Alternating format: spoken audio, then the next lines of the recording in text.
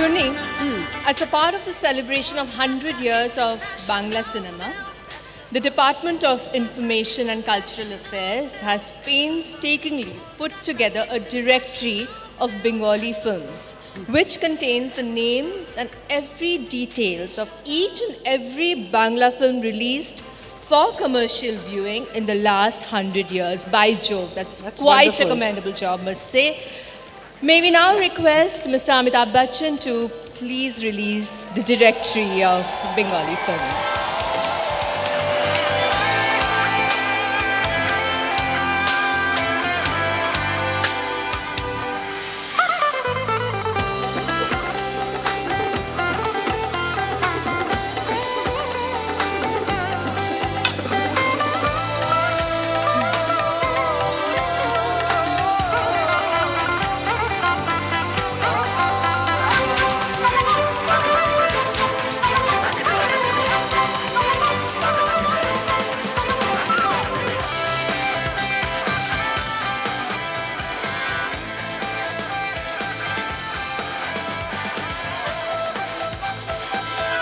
We would now request Mr. Amitabh Bachchan to enlighten us.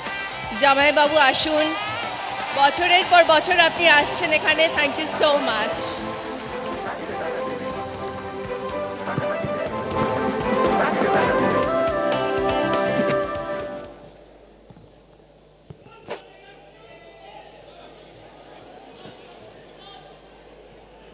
माननीय मुख्यमंत्री ममता दी,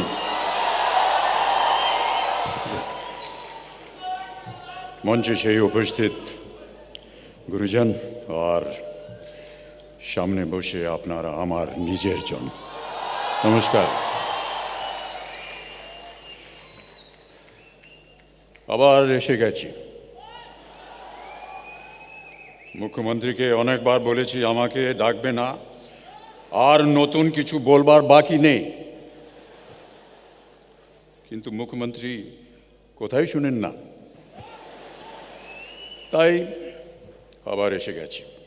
আচ্ছা, এই কথাটা অনেকবার বলেছি কিন্তু ইংরেজিতে, এইবার বাংলায় বলছি। মমতা দি, আশা করি এইবার বুঝবেন না? আর পারবো না মা, রক্ষা করুন। All right, distinguished guests, ladies and gentlemen, greetings and well wishes to all for the inauguration of the Kolkata International Film Festival that has over the years grown into one of India's most prestigious events. The focus country to this year's festival is Australia, and we welcome all the delegates from Australia that are with us this evening. Despite all my pleas to the Honourable Chief Minister, I must admit that coming back to this city with Jaya has always been most joyful. Your love and affection for me has made me your Jamai Babu, and Jaya is, of course, the cherished daughter of Bengal.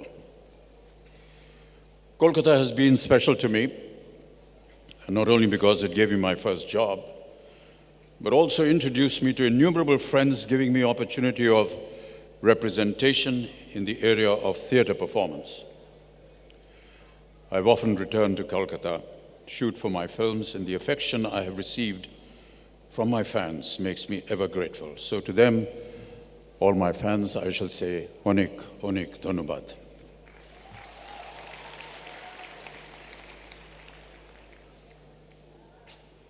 Bengal and its close affinity to aesthetics and culture is embedded in its uniqueness. Gurudev Rabindranath Tagore said it most aptly, Amar shonar Bangla ami tomaye bhalobashi, chirodin tomar akash tomar, batash amar prane bajiye bashi, shonar Bangla ami tomaye bhalobashi. So cinema is very much part of Bengal's cultural ethos. It has produced some of the greatest film directors over decades, winning countless awards and accolades at numerous international film festivals, extensive research details of which have, during my past visits to the festival been exemplified in huge detail. But today, ladies and gentlemen, as we celebrate 100 years of Bengali cinema, there is a need to talk about those who have worked behind the scenes of these celebrated film productions, accomplished technicians, and creative minds that are never given their due, truly never given their due.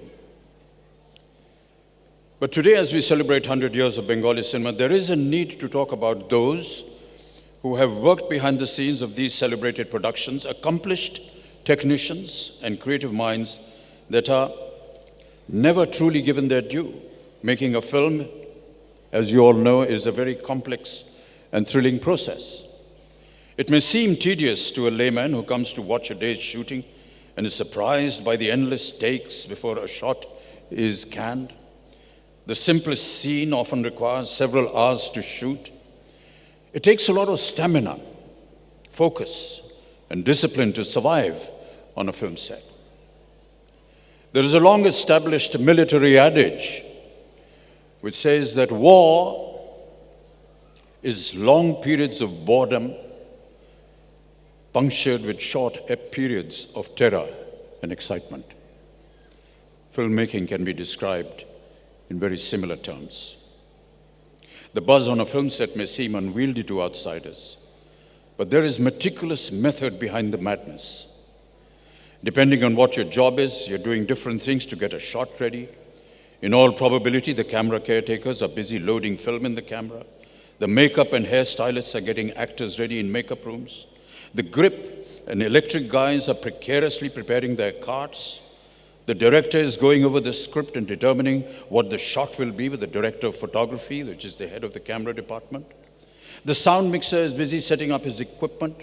A cluster of junior artists are waiting patiently for a crowded scene to be canned. The entire floor is just humming with activity with almost 400 to 500 people. However, more often than not, it is the director of a film along with the hero and heroine and some other key characters, the music director and the playback singers, who are remembered by the public for their contribution to the success or failure of a particular movie. The producer, of course, is the key coordinator. He is involved in many aspects of the production from start to finish, having a hand in the creative, financial, administrative processes. Usually the main investor, he works alongside the executive producer and helps to prepare the budget, oversees the production team, takes various day-to-day production decisions. The director, on the other hand, is in control of all creative aspects of the film. He works closely with the screenplay writers and is the primary person responsible for the storytelling, creative decisions, and guiding the actors.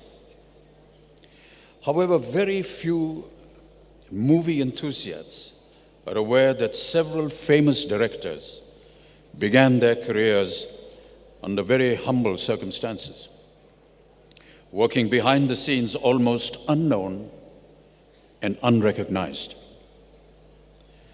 Bimal Roy, for example, entered the field of cinema as a camera assistant with New Theatres. During this time, he assisted the director P.C. Barua as a publicity photographer on the 1935 hit film Devdas, starring the legendary K.L. Sehgal. In the 90s and 40s and 50s, Roy was part of the parallel cinema movement in post-war India. He collaborated on Jangar in 1948, one of the last major films of New Theatres. Sadly, the Kolkata-based film industry was on the decline by now, and Roy shifted his base to Bombay and started the second phase of his career in 1952 as a full-fledged director. Popularly known as Rishida, Rishikesh Mukherjee directed 42 films during his career, spanning over 4 decades, and is known as the pioneer of India's middle cinema. Renowned for his social films that reflected the changing middle-class attitudes, Rishida began working initially as a cameraman. and then as a film editor in B.N. Sarkar's new theatres in Kolkata in the late 1940s. Later, he worked with Bimal Roy in Mumbai as a film editor and an assistant director, participating in landmark Roy films Do Bigha Zameen, Devdas, and his first independent directorial venture was Musafir in 1957. Vasant Kumar Shiv Shankar Padukone, better known as Guru Dutt, is acknowledged today as one of the greatest film directors of Hindi cinema. But ladies and gentlemen, before he found his true calling, he struggled, and listen to this, he struggled as a telephone operator at the Lever Brothers factory in Calcutta, and then found an assignment with Prabhat Film Company in Pune as a choreographer.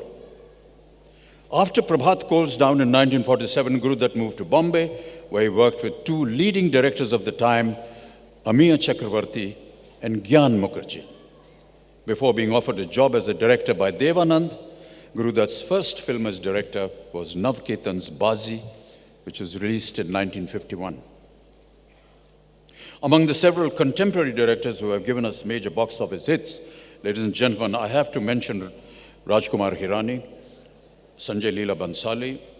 For several years, Hirani slogged away as a film editor before independently directing Munna Bhai MBBS in 2003.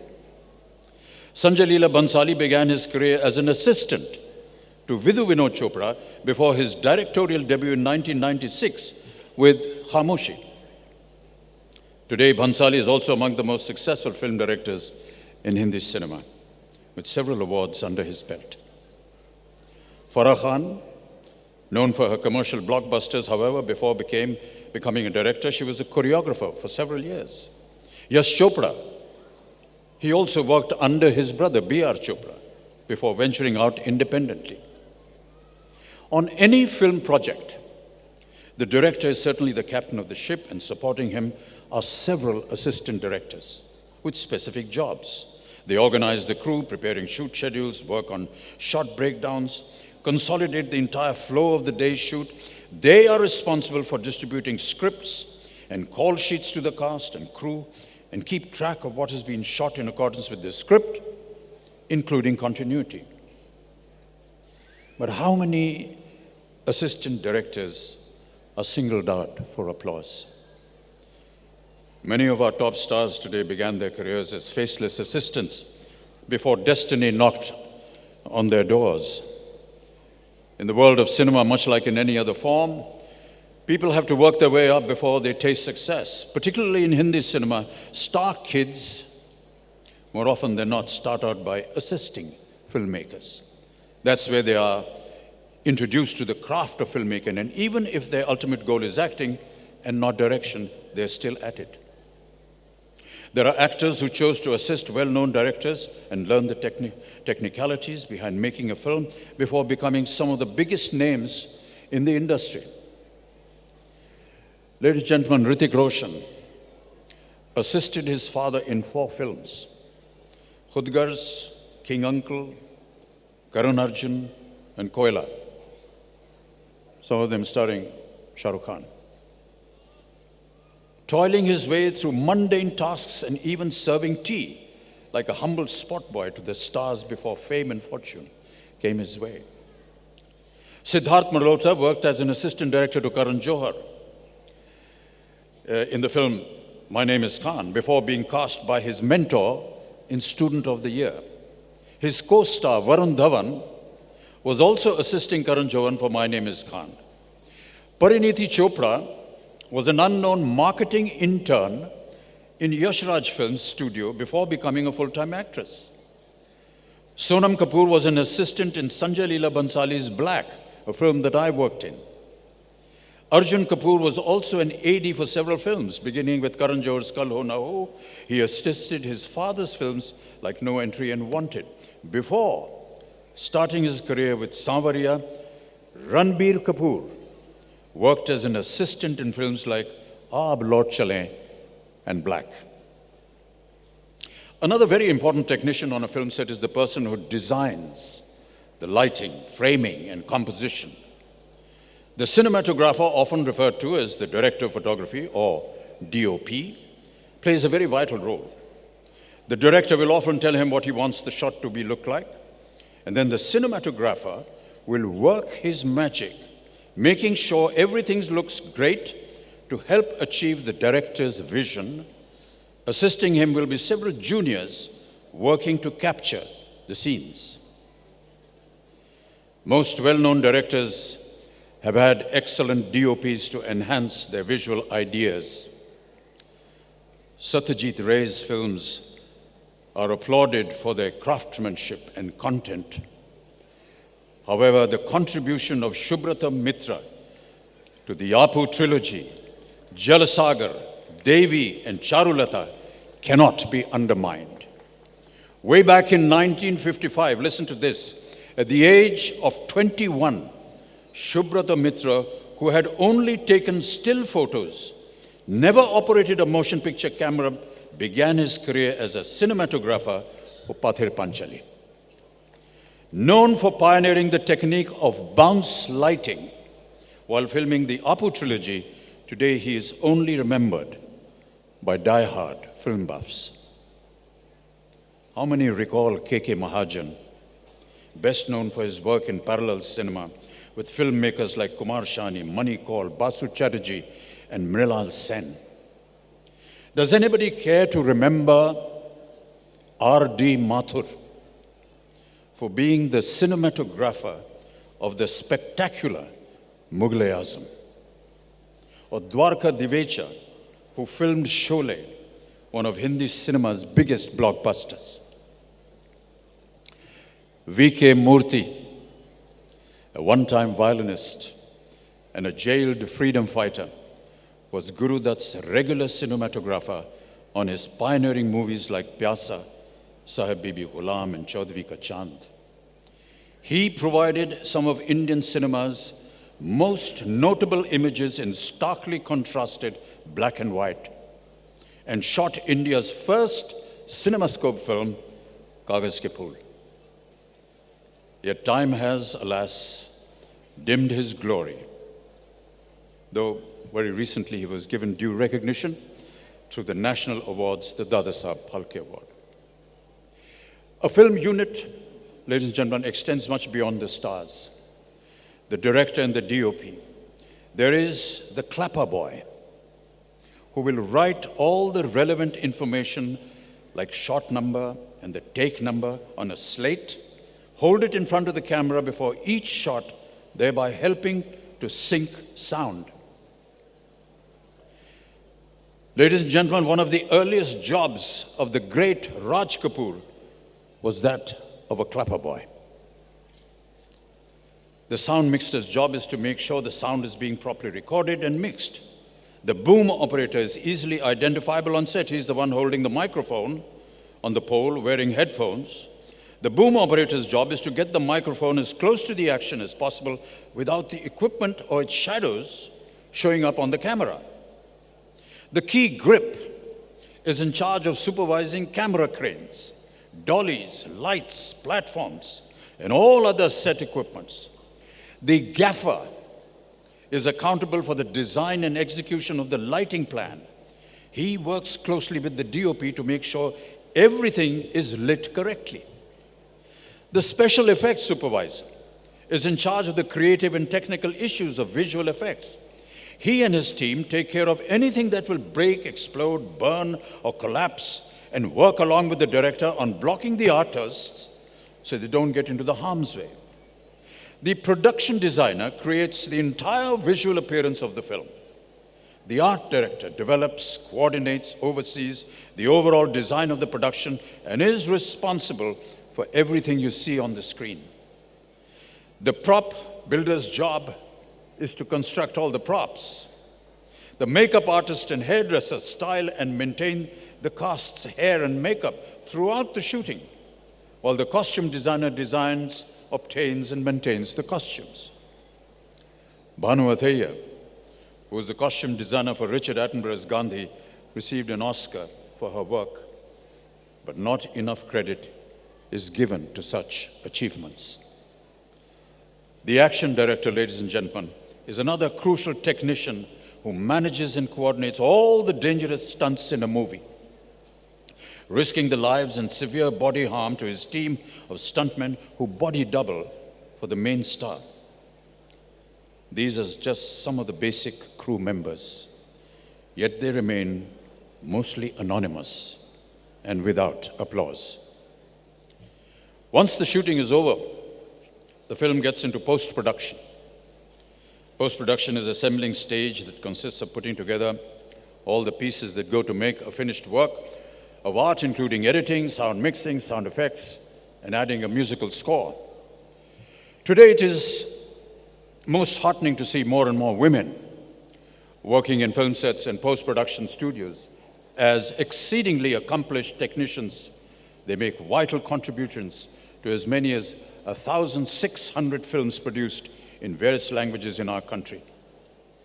Renu Saluja was a pioneer in the field of editing, having worked on critically and commercially acclaimed films like Parinda, Godmother, and 1942, A Love Story.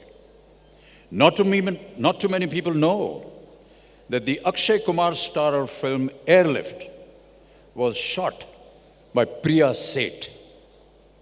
How many have heard of Hetal Dedia, India's first woman gaffer? There are, of course, many other distinguished women who have and are working on several projects today, tirelessly excelling in their work and have remained incognito. Very few outsiders realize that it takes a small army to create a film with many specialists working simultaneously throughout the project's lifetime. They turn the director's dreams into reality. So why doesn't anybody want their autograph? Do you ever watch the credits at the end of a movie and wonder why so many people are involved? Filmmaking is a team effort, and every member of that team, big or small, has a key role to play. Steven Spielberg said, and I quote, "When I was a kid, there was no collaboration. It was you with a camera, bossing your friends around. But as an adult, filmmaking is all about appreciating the talents of the people you surround yourself with and knowing you could never have made any of these films by yourself." Unquote. It has often been noticed, ladies and gentlemen, sadly, that as soon as the credits begin to roll at the end of a film, the audiences get up and begin to leave the theater. Some, very few though, remain seated till the credits are over. It could be their interest in knowing the names of those that worked behind the scenes in the film. To me, ladies and gentlemen, it has always been a sign of respect they show for this entire team of very dedicated workers, without whom the final product would not have materialized.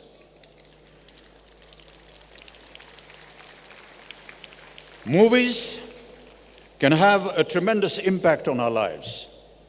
They trigger something special by provoking a variety of emotions. Films can become a reflection of collective dreams, where we look up to something much larger than ourselves, hold our breaths, and suspend our beliefs. They give us a chance to step out of the darkness, a little bit transformed. Orson Welles put it most succinctly when he declared that cinema has no boundary. It is a ribbon of a dream. Today, ladies and gentlemen, I take this opportunity to salute all those working tirelessly behind the scenes, from the hard-working spot boys to the finest and highly experienced specialists who keep these dreams alive and contribute to making our movies so immensely popular. After all, nothing is more potent than the intoxication of good cinema. Thank you very much. Ladies and gentlemen, before I close, I just wish to dwell on another point. I have, during the past years of my presence here at KIF, spoken in great length and expanse on cinema in Bengal and all the legendary figures that have been connected with Bengali cinema.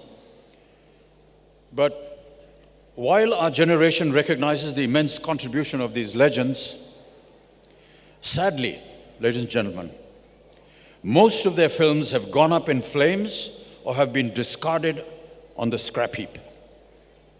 Very little of this great Bengali film heritage is surviving or has survived.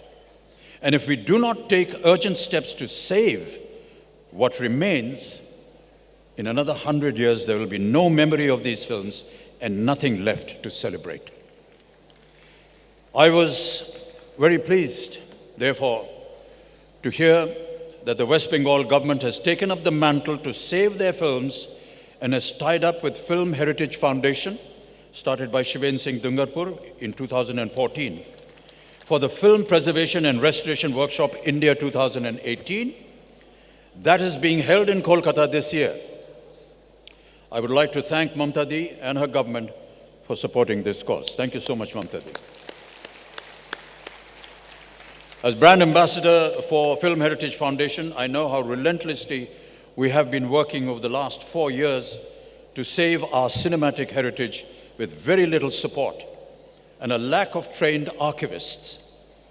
The foundation has identified a list of 100 Bengali films, 100 Bengali films that must be saved, and I hope that this will be taken up upon a war footing by the government and the film industry. The Film Heritage Foundation has been conducting these annual training courses for archivists, and I'm very happy to say that almost 100 archivists have been trained and are ready to go, and the new applications that have opened, we have gathered at least 60 more. So now we have a fairly responsible and strong army to work towards restoration of films. Given the monumental task we have taken on, we need the film industry and the public to come forward and join this movement if we are to preserve our film legacy for posterity. Thank you so much, ladies and gentlemen.